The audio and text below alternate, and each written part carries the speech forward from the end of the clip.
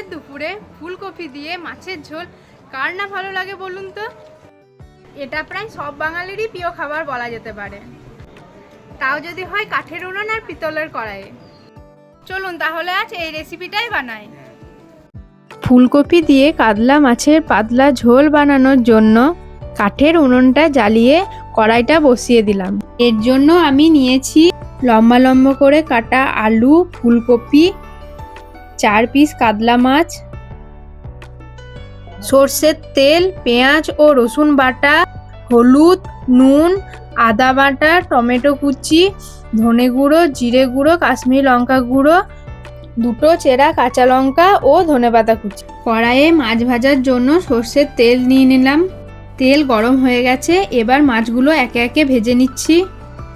রান্না যদি হয় কাঠের উনুনে আর এই পিতলের কড়াইয়ে তাহলে তার স্বাদই আলাদা। জানেন তো, কাঠের উনুনে রান্না করলে এক অদ্ভুত ব্যাপার দেখেছি, অম্বল টম্বল হয় না বললেই চলে। আমার মাছ ভাজা হয়ে গেছে, এবার তুলে নিচ্ছি।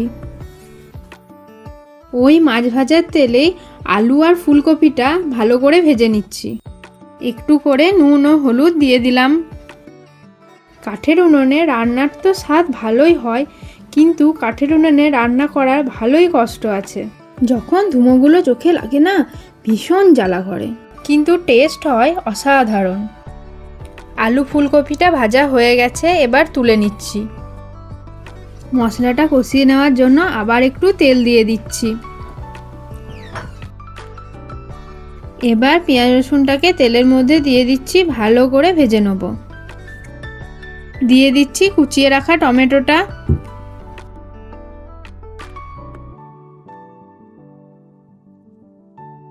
এবার গুঁড়ো মশলাটা সামান্য একটু জল দিয়ে গুলে দিয়ে দিচ্ছি। পরিমাণ মতন হলুদ ও নুন দিয়ে দিলাম।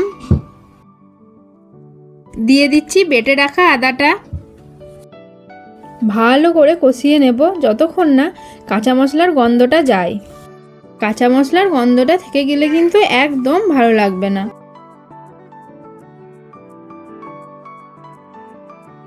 মশলা কষানো হয়ে গেছে, এবার ভেজে রাখা আলু ফুলকপিটা দিয়ে দিচ্ছি।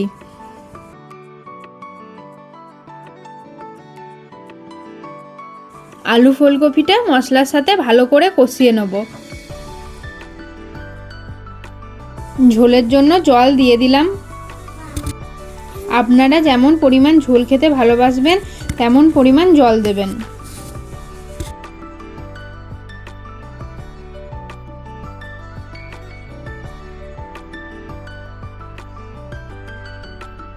সেদ্ধ করবার জন্য খানিকক্ষণ ঢাকা দিয়ে রেখে দিয়েছিলাম।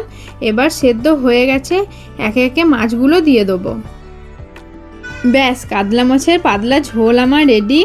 এবার ধনেপাতা কুচি ও চেরা কাঁচা লঙ্কা দিয়ে নামিয়ে নেব। রান্নাটা ভালো লাগলে follow, subscribe, share, comment, like করতে কিন্তু ভুলবেন না। দেখা হবে পরবর্তী ব্লগে।